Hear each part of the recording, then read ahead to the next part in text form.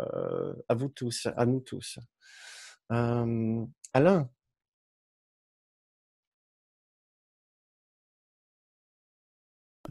Voilà. Bonsoir. Vous m'entendez? Oui, bonsoir Alain. Oui, bonsoir Bernard. Alors, moi j'aimerais juste témoigner, mais d'une manière un peu différente, parce que moi j'ai eu un retour de bâton, et j'aimerais témoigner de ça. Parce que, voilà, ouais, en fait j'ai voulu appliquer au mieux donc le cours, l'étudier, etc. Pas forcément être un bon étudiant, parce que je ne sais pas ce que c'est, mais en tout cas essayer de faire au mieux. Et alors, c'est, il se passe la même chose quand j'étudie trop le cours. Il y a un trop plein et il y a une partie de moi qui me dit maintenant tu stoppes le cours. Et en fait, j'essaye de comprendre pourquoi. Et en fait, la réponse que j'ai, c'est la suivante. On me dit tu peux pas te réfugier dans le cours. Tu peux pas fuir la vie et te réfugier dans le cours. Ça veut dire, mais ça s'adresse à moi, hein, et me connaissant, c'est l'analyse, je pense, la plus juste.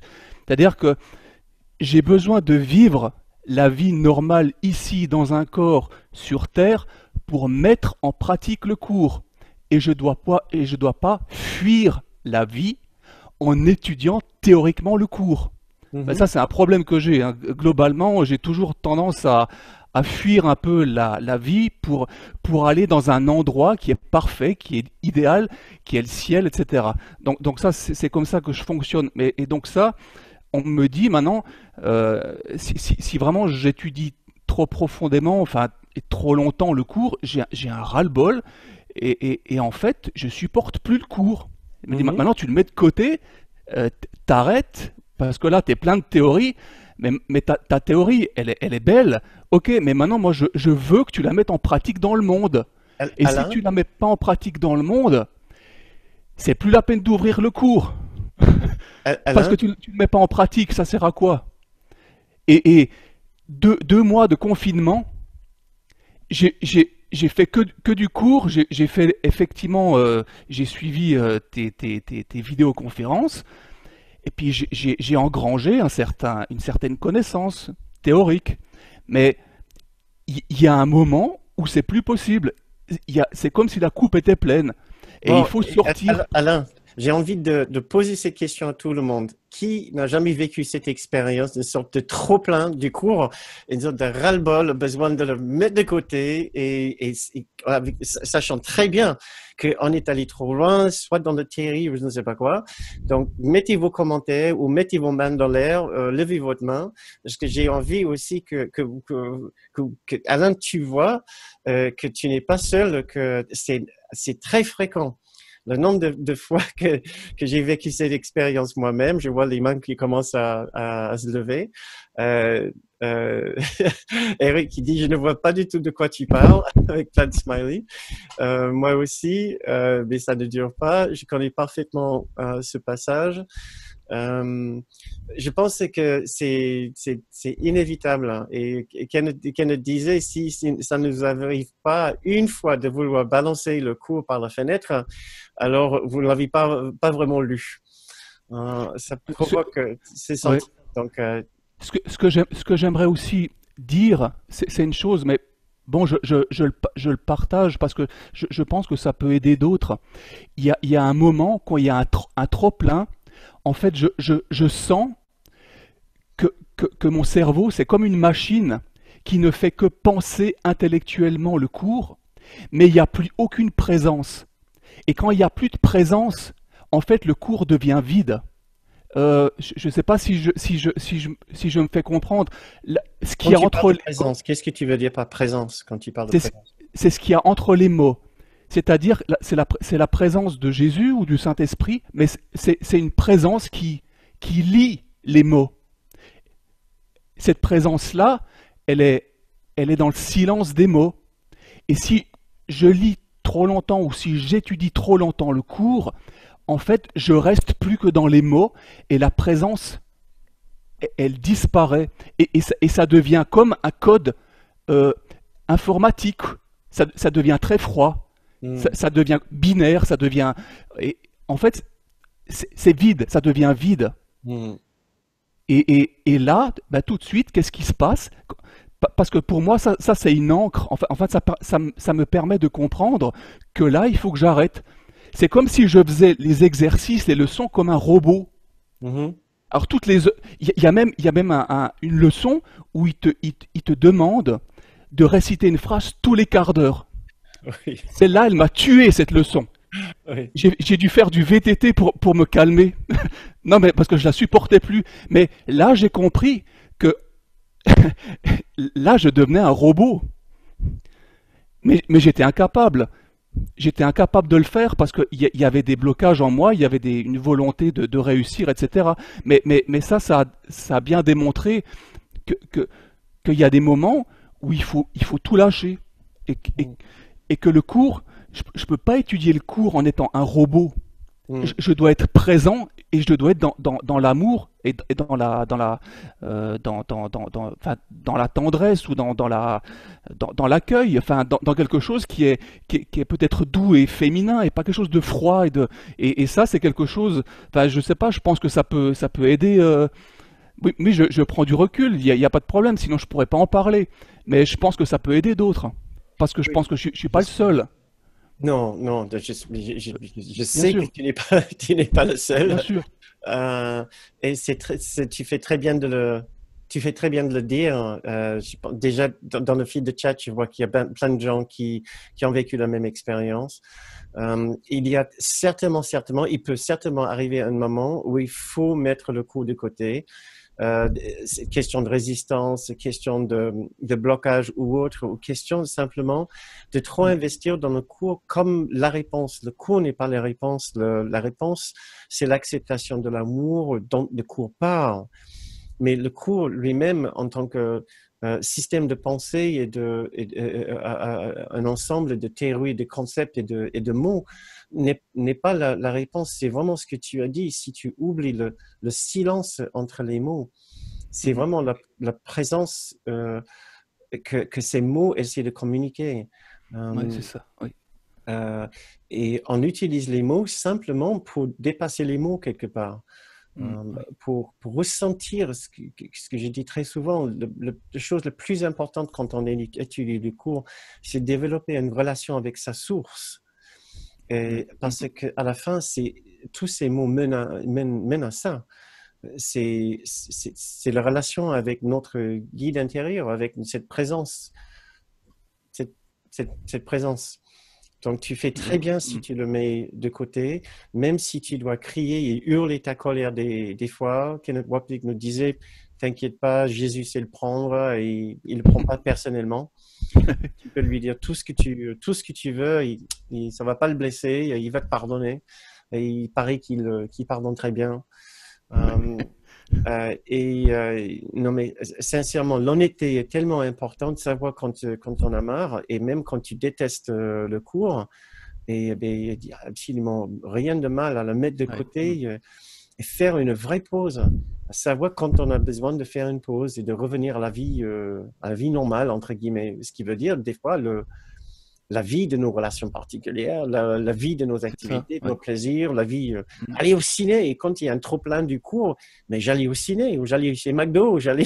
C'est ça. Ouais. Mm. Ouais, je pense que je vous ai déjà dit, je ne sais pas, pendant une séance, que au début, ma résistance était tellement forte.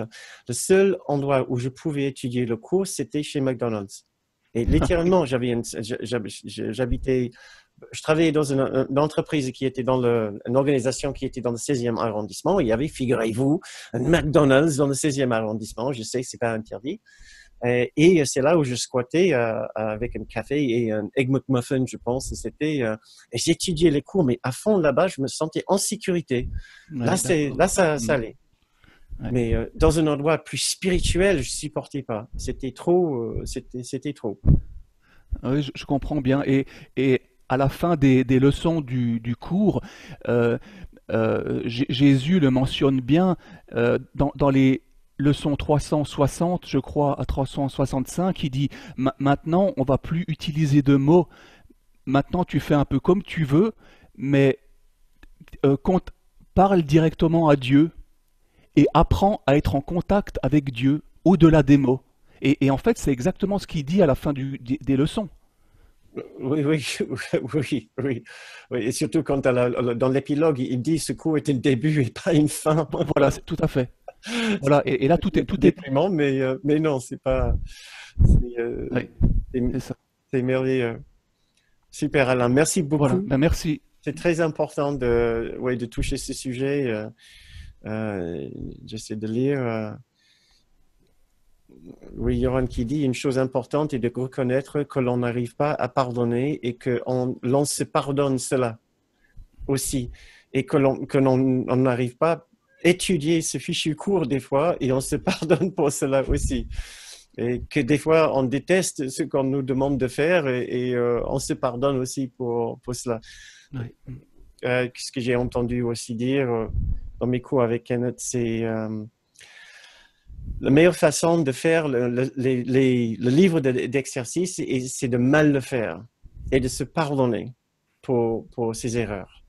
Parce que c'est de toute façon, avant qu'on puisse le faire vraiment à la lettre et parfaitement, il y a probablement peu de gens sur Terre, peu d'étudiants sur Terre qui n'ont pas fait le moindre écart par rapport aux consignes de fréquence, etc. Et de se pardonner. L'idée n'est pas de faire chaque leçon parfaitement bien. Il y a un étudiant, il aimait bien dire qu'il y avait un étudiant qui est venu lui dire qu'il a fini, après 100 jours, il a fini par faire les 10 premières leçons parfaitement bien. oui. Il a dit, oh mon Dieu, tu as tout raté. Tu as tout raté. Oui, oui, j'ai lu ça, oui. L'idée n'est pas du tout ça. C'était quelque chose de cet ordre-là. Il a dit, c'est pas du tout ça. Il a dit, si Beethoven avait eu son attitude, il n'aurait jamais, Oui, il n'aurait jamais terminé le première symphonie tout à fait, oui. et on n'aurait jamais eu le magnifique 9e symphonie. Donc, non, on a plusieurs opportunités de faire le livre d'exercice. On peut le faire la première fois mal, une deuxième fois un peu moins mauvais, etc., etc. Et de se pardonner et retrouver cette magnifique douceur derrière à chaque fois, de se laisser accompagner par cette douceur, par cette bienveillance et de laisser cette bienveillance s'infuser dans notre vie au point de nous laisser accompagner par elle, mais tous les jours, tous les instants que nous reconnaissons que nous sommes dans l'erreur. Nous sommes dans l'erreur, franchement, 95% du temps. Oui, Ouais. oui, tout à fait. Après, il faut pas culpabiliser, mais ça aussi, c'est un sacré passage. Parce que moi, pour ne pas culpabiliser, j'ai dû apprendre. J'ai dû apprendre à me pardonner aussi. Enfin, c'est vraiment toute une démarche intérieure pour s'accepter. Et accepter son simple statut d'homme faible qui fait constamment que des erreurs, qui fait que de se tromper. Mais ok, j'accepte, c'est le jeu de la vie. C'est mon bac à sable. Bah, je fais que des erreurs, c'est normal. Je suis dans le bac à sable. Mais c'est difficile voilà, moi, je crois que j'ai compris ça à la fin des leçons. Ah, Bah, j'ai déjà au moins compris il a ça. fallu 365 jours pour comprendre cette leçon tellement, tellement importante. Ouais. Oui, mais je crois que c'est ce que j'ai appris, c'est ce que m'a appris les leçons. C'est peut-être pas grand-chose, mais ça détend. Mais c'est ça, c'est la détente, ça c'est le miracle. Vous vous souvenez de cette phrase, le point le plus saint sur Terre, c'est là où une haine ancienne est devenue un amour présent. Ouais, c'est magnifique, oui. Notre haine ancienne envers nous-mêmes, c'est la culpabilité pour ce que je Oui, pense que j'aurais dû faire, que je ne suis pas, que je suis pas l'auteur de, que j'ai pas bien, je suis nul, je suis horrible, je me déteste. Et de savoir que bien sûr qu'on est imparfait. C'est mm, impossible. La perfection dans la dualité est une contradiction totale. oui, Donc, tant que nous pensons être ici, nous baignons dans l'imperfection.